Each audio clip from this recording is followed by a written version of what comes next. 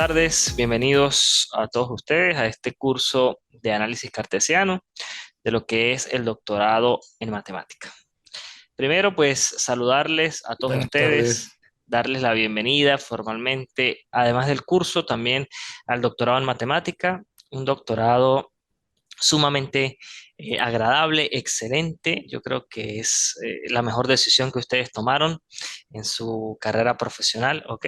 Eh, Porque se van a dar cuenta que además de procesos muy abstractos que irán observando en cursos más adelante, ¿no? Por ejemplo, por allí observé que van a ver ya análisis funcional matemático. Pues también hay una parte crítica de conceptos que de cierta manera nos llevan a eliminar un poco ese mecanicismo que podemos traer en la resolución de problemas matemáticos. Porque más allá de que el problema matemático sea simplemente un modelo, una explicación y una resolución, pues hay un método. Y en este curso pues vamos a aprender lo que es el método cartesiano para la resolución de un problema. ¿Ok? Por supuesto, adaptado y apoyado a la generalidad de la matemática. Ustedes la pudiesen aplicar en cualquier problema que quisieran resolver y pues allí ya en la particularidad ustedes dirán, bueno, voy a tomar un modelo del aspecto financiero, un modelo del aspecto químico, un modelo del aspecto biológico, un modelo del aspecto económico, social, qué sé yo, pero el método, ¿ok? Es el mismo. Entonces, bueno, bienvenidos. Aquí les estoy mostrando lo que es el aula virtual. En esta aula virtual ustedes ya están matriculados, ¿ok? A partir de hoy y pues voy a irles indicando a grosso modo cómo vamos a ir a trabajar, ¿ok? En el área de conocimiento tenemos algunos aspectos ya predeterminados, sobre todo aspectos conceptuales, en lo que consiste este curso, ¿no? Está la parte de la filosofía de Descartes, el método cartesiano propiamente, lo que es el método y la razón, el método y la experiencia, el método de Descartes en la matemática. ¿Ven? Ahí hay ya un material que ustedes pudiesen consultar, ¿ok? Em, Les digo que es un material bastante puntual. Entonces, sí nos sirve como para tener una introducción al tema de cada una de esas unidades que estaremos abordando. En este plan de evaluación les decía que las dos primeras unidades se van a abordar mediante un cuestionario. Tienen una ponderación de 35%. En ese cuestionario, ustedes van a disponer de una hora, ¿ok? Para responder cinco preguntas. Cinco preguntas relacionadas al aspecto crítico de estas unidades, ¿ok? Cuando me refiero al aspecto crítico, es que ustedes tienen que dar una posición sustentada. Entonces podemos tomar un autor cualquiera y en función de ese autor nosotros citamos allí y decimos, bueno, yo considero que es correcto por esto, o considero que es incorrecto por esto. O en uno de de las preguntas que les voy a hacer, pues ustedes van a aplicar el método cartesiano para tratar de solucionar un problema que se plantea. ¿Sí? Entonces ustedes me van a ir mencionando cada una de las etapas que vamos a ver y me van a decir cómo aplicarían esas etapas para la solución del problema que se está planteando en la pregunta que les aparezca allí en el cuestionario. ¿Bien? Entonces, realmente, repito, no es algo que requiere tampoco gran cantidad de estudio para poder presentar el cuestionario, pero lo que sí requiere es una alta comprensión del concepto. Si estamos claros en los conceptos que vamos a abordar sobre el método cartesiano, sobre esta filosofía de Descartes, estoy seguro que no van a encontrar ningún problema para responder esas preguntas que les van a aparecer allí. Pero sí es importante que utilicemos o nos fundamentemos en autores, porque en este nivel de investigación todo tiene que estar muy sustentado y la idea para nosotros sustentar pues es con autores. ¿Ven?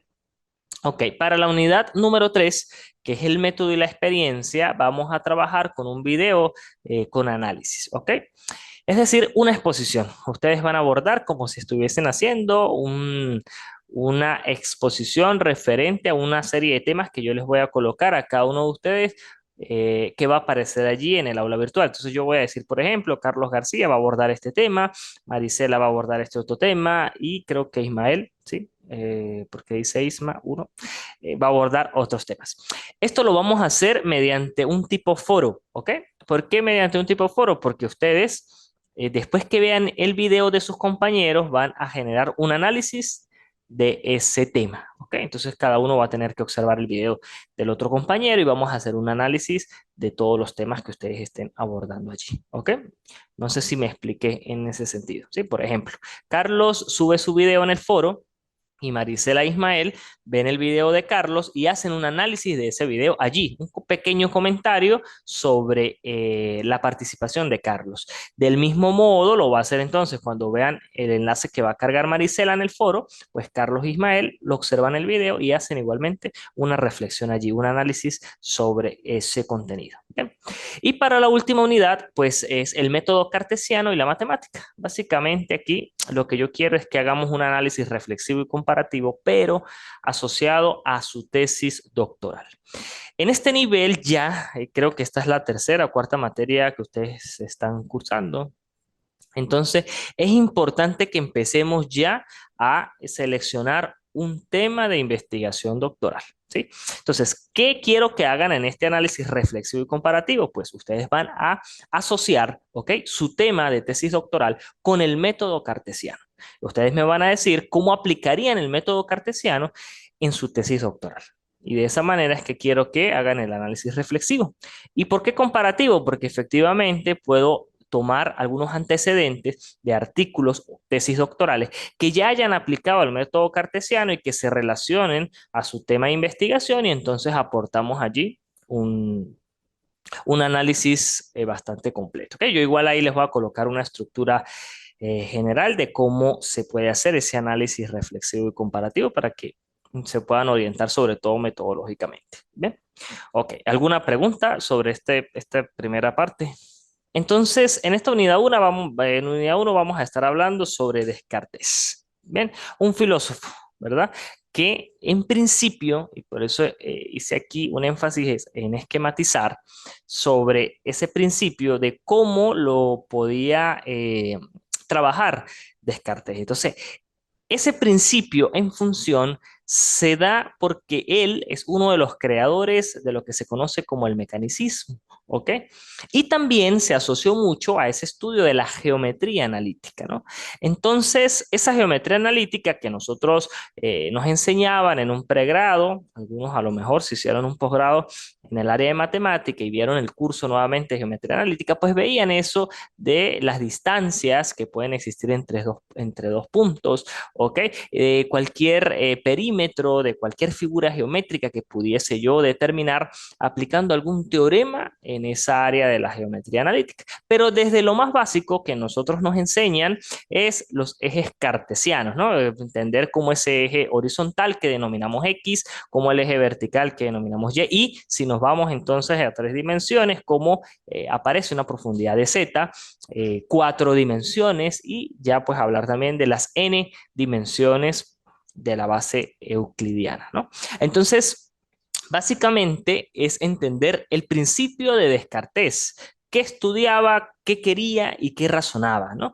Porque también pues dentro de esos aspectos vemos que está esa parte de filosofar sobre lo que él trataba de extraer y comparar entre los principios matemáticos de la geometría y la vida cotidiana y la razón del ser. Entonces, es importante, por ejemplo, ¿no? Esta parte que nos dice que asociaba los ejes cartesianos geométricamente con la iatrofísica y la fisiología mecanicista en medicina, ¿sí?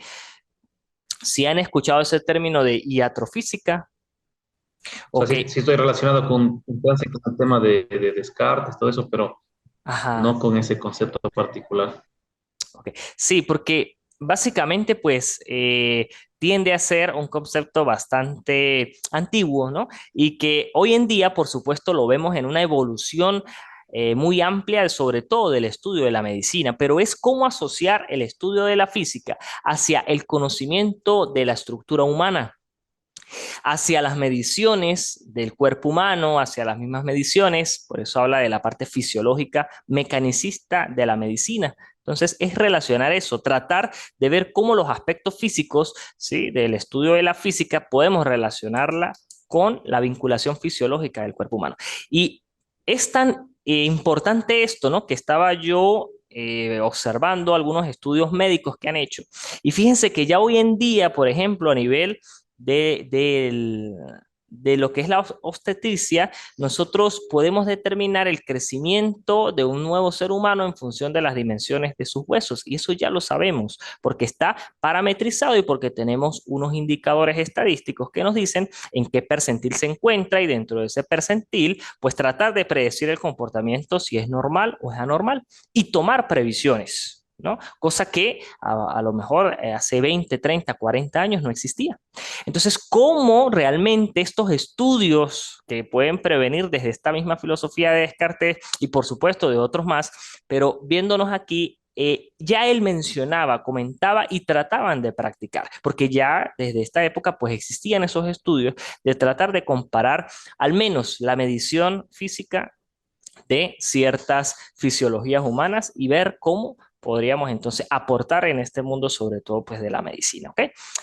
En principio hablar de la inercia, ¿ok?, en física y con el dualismo filosófico de lo que es la mente, lo que es el cuerpo, ¿ok? Y también ese dualismo que hoy en día todavía y está como muy en moda, lo que es la parte metafísica de la materia y el espíritu, ¿no?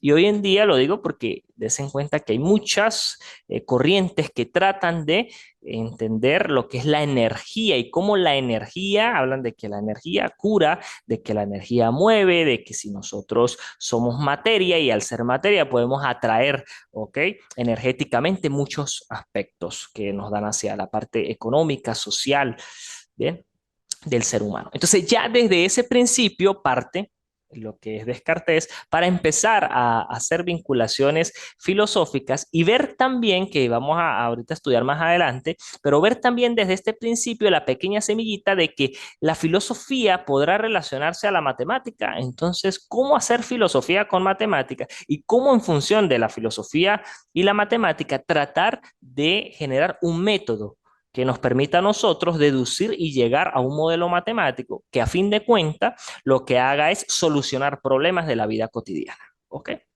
Luego aparece Dios. ¿Y por qué? Porque se habla de que Descartes pues, fue uno de los primeros que dio un concepto de Dios desde su punto de vista, aplicando pues estos aspectos filosóficos y matemáticos. Entonces, dice que Descartes demuestra que la idea de Dios es innata y la identifica con la idea de infinito. Es como esa analogía. Innata, ¿por qué? Porque decía, todos implícitamente vamos a entender que hay un ser superior, que hay una energía superior, que hay algo, un ente, lo que pudiesen creer o en lo que se pudiese creer, y era innato desde su punto de vista. Pero cuando se preguntaba entonces cómo era ese Dios, él lo asociaba matemáticamente con el infinito. Y para nosotros, ¿cómo es el infinito? Es un valor que extremadamente grande, ¿ok? Existe, pero es un valor extremadamente grande. Y eso es muy importante, porque algunos matemáticos, ¿sí?, o a veces docentes de la matemática, piensan o enseñan que cuando da infinito, entonces dicen, bueno, hay cosas que si da infinito eso no existe, significa que no existe o por lo tanto no existe. Pero básicamente es más a la creencia de que el más infinito o el menos infinito pues tienden a ser reconocidos como valores que pueden ser muy, muy grandes, a lo mejor inalcanzables, pero están allí, o valores muy, muy pequeños que también deberían ser inalcanzables, pero están allí. Y al ser estadísticamente un estudio, pues hay una probabilidad de que lleguemos allá a un extremo superior o a un extremo inferior. Entonces vean cómo, ¿no? Filosóficamente, pues hablamos de Dios como infinito, es decir, algo que existe y que en este caso es muy grande. Luego vamos al concepto de verdad, cómo Descartes asociaba la verdad. Entonces, Descartes se refiere al término de verdad con un concepto de una nueva dimensión que es la certeza, donde él decía, bueno, verdad es algo cierto, ¿no? Y si es cierto, es verdadero. Y por eso asociaba también que si existe la certeza, entonces se suprime la duda. Yo ya no debería tener dudas de que ese problema exista, de que esa solución sea factible, de que ese modelo sea el ideal. Entonces, para yo llegar a la verdad matemática, tengo que tener certeza. ¿Certeza de qué? Certeza de el conjunto de axiomas, del conjunto de teoremas, del conjunto de procesos, procedimientos, de datos que yo estoy recopilando para suprimir cualquier duda. Pero si a usted le genera alguna duda todavía su modelo, entonces no hay certeza, y si no hay certeza, ese modelo no es verdad. Eso bajo el concepto y criterio de quién? De Descartes. Bastante interesante. Y lo asocio porque ustedes en su tesis doctoral van a tener que hablar mucho, y espero que toquen bastante este tema, que tiende a ser filosófico, pero que va al modelo, ¿no? Generalmente nosotros en estas tesis doctorales en matemática, pues vamos a crear modelos matemáticos, ¿no? No sé en qué quisieran ustedes generar su tesis doctoral, pero vamos en principio a eso, ¿no? A tratar de generar nuevos modelos matemáticos para solucionar problemas. Pero entonces en ese proceso metodológico de llegar al resultado del modelo, nosotros podemos partir de este concepto filosófico de verdad, de acuerdo a Descartes, y decir, bueno, si no hay dudas de ese modelo, pues entonces ese modelo es cierto, y al ser cierto, pues se convierte en una verdad, ¿no? Que es sencillo, no es sencillo, porque los seres humanos siempre a lo mejor tendremos mil y una más dudas, inquietudes, preguntas, y pues eso hace que muchas cosas no sean tan certeras, y de esa manera pues no se convierte en una verdad absoluta, ¿ok? Ahora vamos a otro aspecto. Ah, sí, no me salté ninguna allí. De lo que hablaba Descartes, y es lo que se conoce como el cogito, ¿no? Ese planteamiento filosófico que se convirtió efectivamente en un elemento racional, sobre todo en el occidente. Y que es esa frase muy conocida que podemos ver de René Descartes, donde decía, pienso, luego existo, ¿no? Es decir, el pensamiento es lo primero, y después podemos hablar de la existencia del hombre, porque no hay existencia de hombre si no hay pensamiento. Y eso pues nos pone a reflexionar, ¿no? Entonces, ¿serán ustedes capaces de generar una tesis doctoral, de generar un modelo matemático simplemente existiendo, simplemente siendo el ser? ¿O tendrán que pensar un conjunto de elementos, un conjunto de problemas, un conjunto de objetivos, de axiomas teóricos, de fundamentos que nos van a anteceder, también de un proceso metódico, recolección de datos, procesamiento de datos? Entonces, es complejo. Y sí, todo eso es pensamiento. Y después podemos decir, aquí está el modelo, existe. Entonces, eso es dentro de la racionalidad occidental, lo que se conoce como el cogito, ¿no? Ese pienso y luego existo. Aquí yo decir porque pienso soy y luego soy porque pienso, ¿me alterará la razón de ser de ese concepto? ¿Será que esas dos frases son totalmente similares, o hay analogía entre ellas?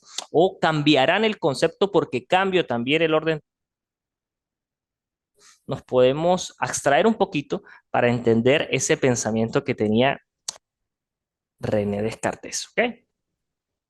Hablar también de las ideas innatas es conocer que descubrió que algunas ideas, pues, eran experimentadas con tal claridad y distinción que se debían ser aceptadas como verdaderas. Y si vemos eso de que deberían ser aceptadas como verdaderas, retrocedemos al concepto de verdad. Es decir, que no dejaban ninguna duda y que eran 100% ciertas, o había certeza, ¿no?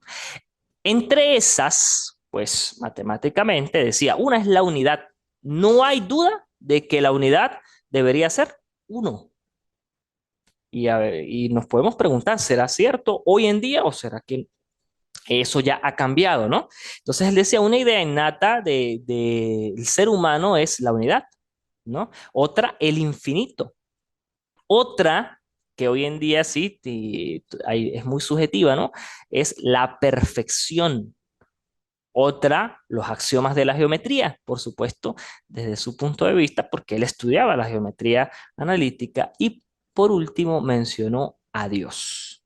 ¿Ven? Entonces, Aspectos que hoy en día los aplicamos, por supuesto, pero seguirán siendo ideas innatas de acuerdo a su postura, porque eso es muy importante, ¿no? Lo que les estoy comentando. Ustedes, como futuros doctores, tienen que ya generar ese punto crítico de ustedes. Es importante conocer qué piensa Carlos García, qué piensa Ismael y qué piensa Marisela de esto, por supuesto, en función de un soporte teórico, que es lo que les digo, por supuesto, en función de un autor, de un sustento, de un artículo, de una tesis, pero después de eso, ¿qué realmente piensa Carlos García en función de esto? ¿Será que sí seguirán siendo ideas innatas la unidad del infinito, la perfección, los axiomas de la geometría? Al decir axiomas de la geometría, son todos los axiomas que podemos encontrar de la geometría y o algunos que pudiesen seguir generándose.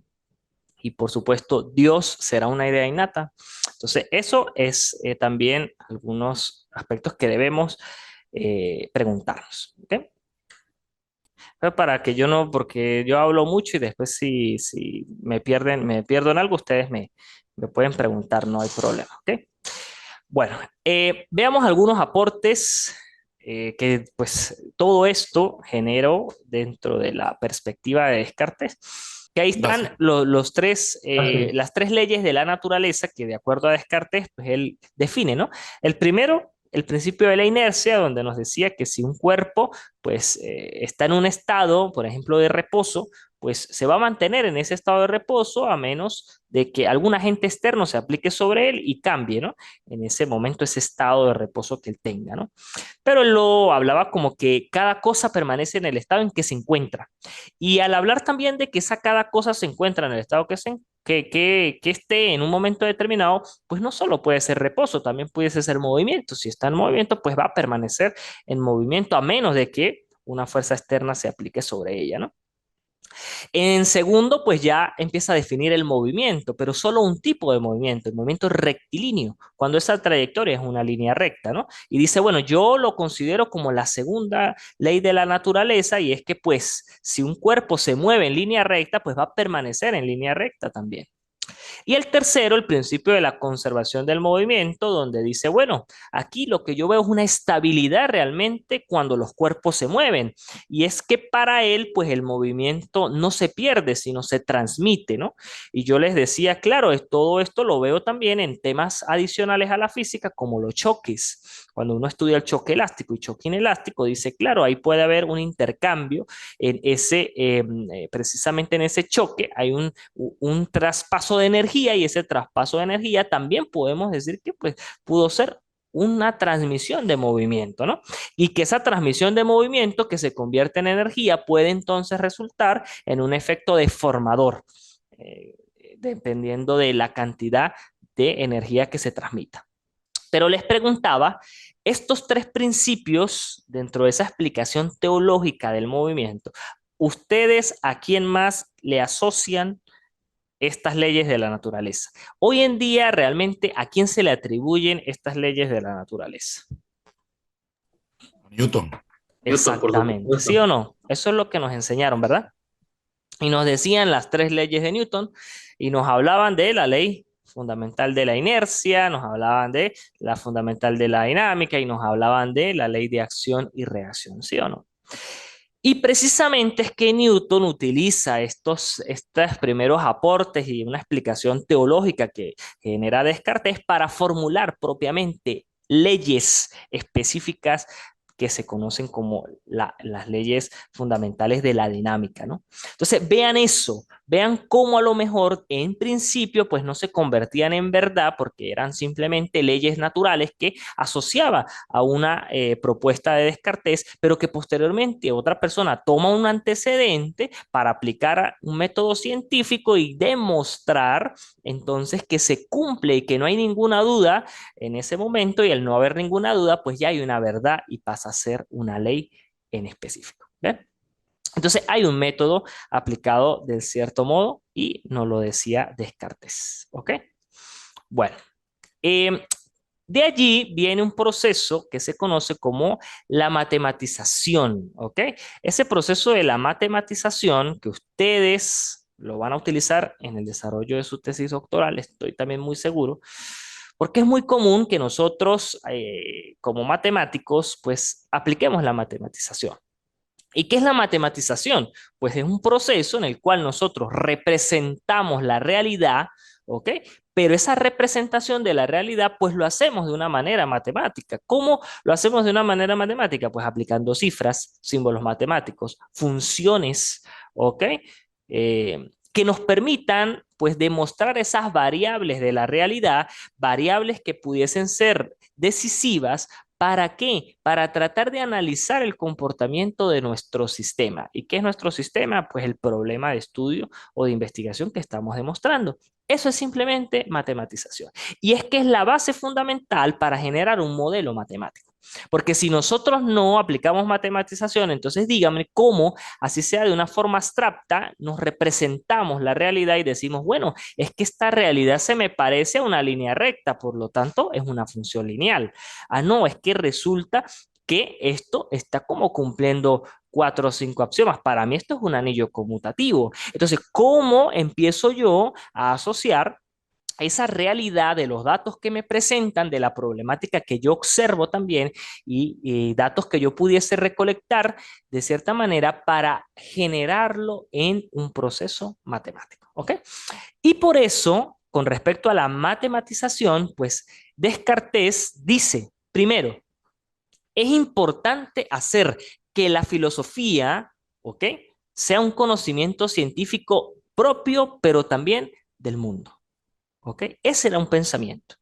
Y nos preguntamos, ¿será que lo ha logrado? ¿Será que lo logrará? Porque pensar que ya no exista, pues quedó ahí, ¿no? Aún lo estamos estudiando. Entonces, ¿será posible eso? Porque cuando nos hablan a veces de filosofía, nos parece muy aterrador, a veces aburrido, nos imaginamos textos bastante conglomerados y muy pesados, pero tomemos lo que realmente se necesita. Yo tengo un libro muy interesante que se llama La Biblia de las Matemáticas.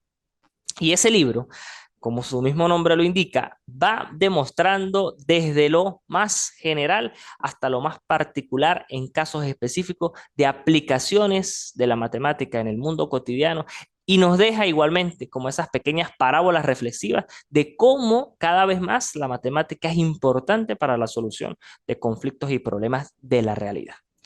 Entonces, eh, pues realmente es de amplia reflexión, ¿ok? En el segundo elemento dice, pues aquí Descartes también opinaba que la filosofía debería copiar el modelo metodológico de la matemática. ¿Sí? Tanto descripción, tanta abstracción que pudiese generar en la filosofía y por supuesto tanto análisis, pues pudiese ser proceso de la matemática y puedo llevarme todos esos aspectos filosóficos a un proceso de matematización que se transforme en algo mucho más tangible, mucho más entendible para el mundo. Y de esa manera, pues hago que la filosofía sea un conocimiento científico, pero de todos. ¿Ok? Y tercero, pues poder de la racionalidad matemática para conocer la realidad. Porque eh, existimos personas que nos parece mucho mejor cuando nos muestran un número, un gráfico, que a veces cuando nos hablan del todo, ¿no? Y si nos vamos al campo, por ejemplo, económico, es más fácil observar un gráfico de inflación en 3 años y ver, uy, esto está altísimo, sí, está altísimo, ¿ok? O ver lo que está muy bajo, no, mire, sus ingresos están por el piso. Entonces es mucho más fácil observar gráficamente a lo mejor o mostrarte cifras y decir, mire, estos fueron 3.000, 5.000 y ahora están 80.000 y ver realmente esa variación que existe entre una fase y otra, que simplemente con palabras o hacerlo propiamente desde esa parte filosófica, ¿no? Y decirle a la persona, bueno, la empresa está como en crisis y posiblemente si es el ser vas a quebrar y la persona no se lo cree. Pero ya cuando esa filosofía la podemos transformar en el mundo de hoy aplicando un método y decirle a la persona, mire, esta es tu realidad numérica en función de gráficos, cifras, símbolos, pues a lo mejor la solución sea mucho más factible y la persona reaccione a tomar decisiones en el hoy, ¿ok? Aquí pues les genero este proceso de matematización un poco más gráfico, ¿no? Desde mi punto de vista. Esto lo utilicé yo también para mi tesis doctoral. Bien, y es 5 pasos. 5 pasos que son los que yo denomino el proceso de matematización. Si nos preguntan, ajá, muy bien, usted nos explicaba aquí anteriormente que son representaciones de la realidad en cifras, modelos, pero ¿cómo lo hago? Entonces, yo les presento estos 5 pasos, ¿ok? Y por supuesto que cada paso tiene un desarrollo, pero a grosso modo vemos estos 5 pasos. El primero, pues problemas en el mundo real existen y eso es lo que tratamos nosotros de solucionar. Eso es lo que trata la matemática de solucionar. Problemas en el mundo real. ¿Qué problemas? Ahí sí es donde ustedes tienen que delimitar en función de su experiencia, de su interés, de su necesidad, qué problema voy a seleccionar del mundo real para tratar de solucionarlo en función de la matemática. Luego, ¿qué hago? Ese problema del mundo real que generalmente es descriptivo, ¿sí? Que generalmente nos lo plantean en palabras, en ilustraciones, en definiciones, ¿ok? O por recopilación de observación directa y tenemos una diversidad de anotaciones, pues entonces es allí eh, en donde yo digo, bueno, específicamente, este es mi problema del mundo real, ¿ok? Y es lo que los invito, repito, a que ustedes digan ya, este es mi problema de tesis doctoral, ¿ok? Esto es lo que yo quiero estudiar. Ahora, después ver cómo ese problema, que está a lo mejor muy desordenado y está un poco desorientado, lo transforma a un enunciado matemático del problema. ¿Y cómo es un enunciado matemático? Así como nosotros se nos facilite, pero donde podamos entender qué datos tengo y qué quiero llegar. Como cuando nos decían simplemente, determine el valor de X para que se maximice el sistema. ¿Ok? O de acuerdo a los siguientes valores, ¿cuánto vale la función? Entonces, eso es un enunciado matemático del problema. Hay un problema, pero aplicado a un caso real. O aún más, cuando nos vamos a un tema en específico, me voy a ir a la parte de economía.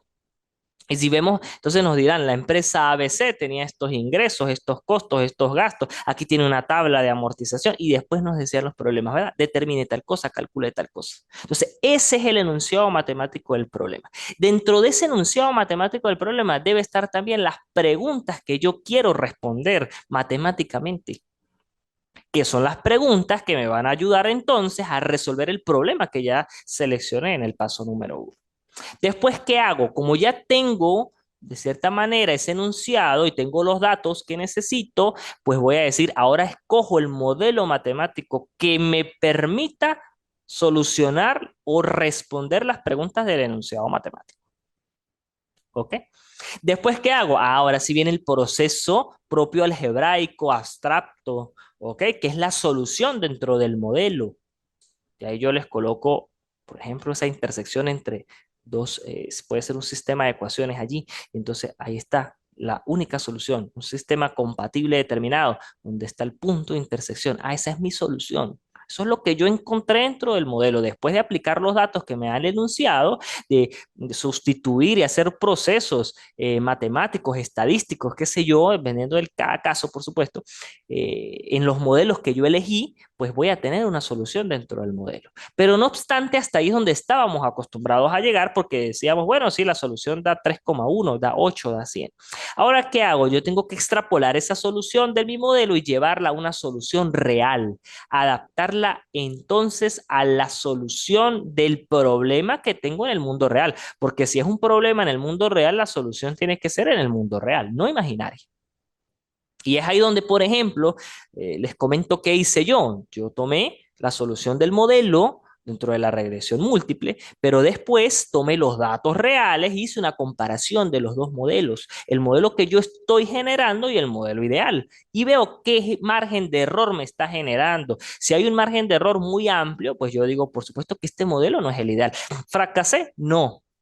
¿Qué tengo que decir? Retrocedo. Vamos a elegir nuevos modelos matemáticos, vamos a revisar los enunciados, vamos a hacer una nueva solución que se adapte entonces a la solución del problema real para tratar de reducir el error entre los dos modelos. ¿Ok? Y eso es un proceso de matematización. ¿Ok? ¿Alguna pregunta? Todo bien Eh, por acá. no, profe, perfecto de mi parte, muy claro. ¿Vamos bien? Ok. Bueno, entonces, De ahí, después de ese proceso de matematización, pues surge también entender que la duda, ¿ok? Que vimos también en las láminas anteriores, ¿no? La duda entra como método, ¿no? Y ese concepto de la duda como método, bueno, pues ahí hablamos de que Descartes parte de la duda como método para llegar a la verdad, porque fíjense que la verdad es cero dudas, ¿ok? No hay duda. Totalmente cierto, pero entonces, ¿qué pasa? Ah, bueno, pero es que si yo también quiero llegar a la verdad, tengo que partir de la duda, porque yo no voy a lograr eliminar la duda si no la conozco. Y por eso es que la duda parte al método, ¿ok? Entonces, es ahí, y esa duda no es otra cosa que las interrogantes que nos permite nuevo regresar al problema. Porque es ahí donde yo digo, bueno, ¿será posible esto? ¿Será que si le cambio un número? Y es preciso, y vuelvo a lo de la parte de su investigación, donde entra un concepto que nos puede permitir llegar a una verdad cuando hablamos de delimitación, porque a veces si delimitamos muy bien nuestro problema del mundo real, delimitamos igual los enunciados, los modelos y llegamos a una solución propuesta, yo pudiese decir si es verdad, pero verdad para estas condiciones. Es lo que matemáticamente se conoce como restricciones. Y me preguntaría, ¿pero su modelo sirve para 3.000 personas? Y yo le diría, no, resulta que yo lo hice y mi modelo está segmentado para una restricción de no más de 2.000 personas.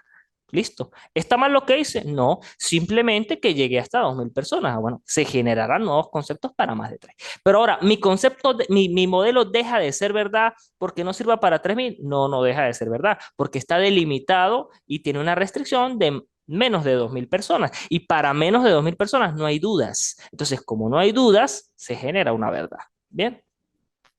Eh, ok, por eso, continuando, nos dice, ya que este es el único camino para dejar atrás los prejuicios que acompañan al ser humano y que dificultan el acceso al conocimiento verdadero. ¿Ok? Porque también es eso de que, pues, todos tenemos dudas, ¿no? Todos nos preguntamos y de no ser así, nunca vamos a llegar a la verdad, nunca vamos a llegar al conocimiento verdadero. Y es que esa verdad no siempre también tiene que ser positiva, ¿no?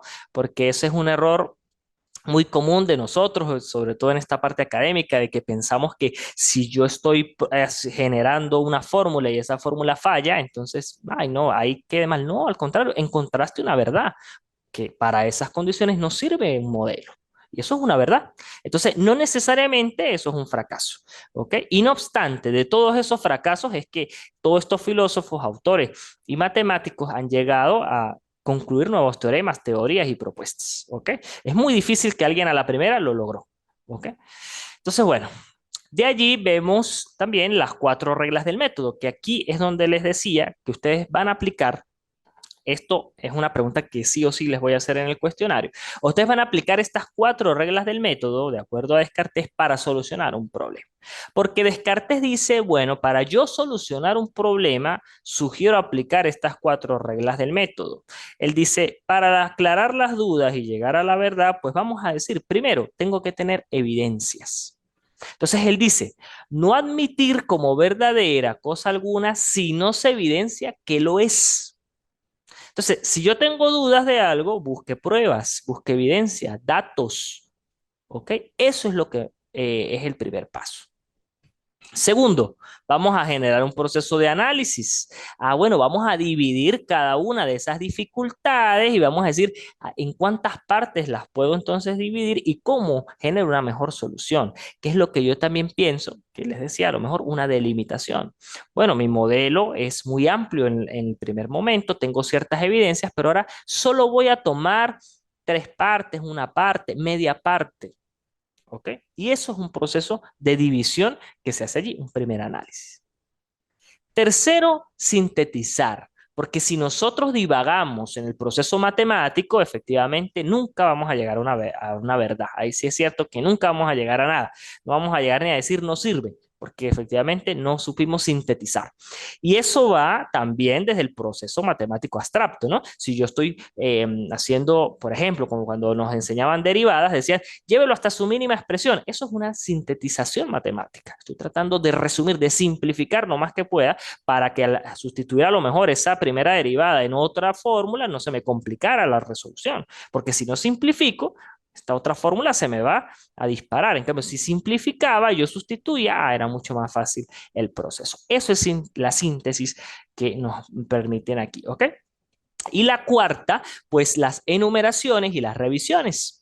En ese caso nos dice, pues, hacer en todo unos recuentos tan integrales y unas revisiones tan generales que llegase a estar seguro de no omitir nada. Esto es como cuando nos habla de esa retroinformación, de ese control, ¿no? Después, pues, revisar nuevamente. Mire, no me faltó, tengo todas las evidencias, hice un muy buen análisis y realmente sinteticé y me vuelvo a preguntar, ¿será posible seguir simplificando? ¿Será que tomé el camino más largo? ¿Será que me estoy yendo por la solución más compleja? ¿Ok? Entonces, eso es una enumeración y revisión.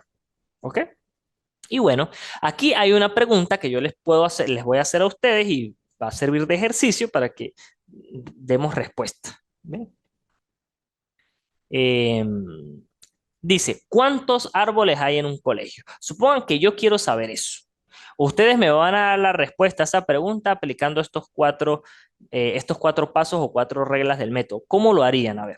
Si bien es cierto, no hay un proceso en el cual yo pueda observar, pues, efectivamente, o hacer el conteo físicamente de los árboles, evidentemente la primera regla ya se ve comprometida, pues, porque no puedo evidenciar, digamos, el número, pues, en este caso de árboles, pues, que se está pidiendo, ¿no?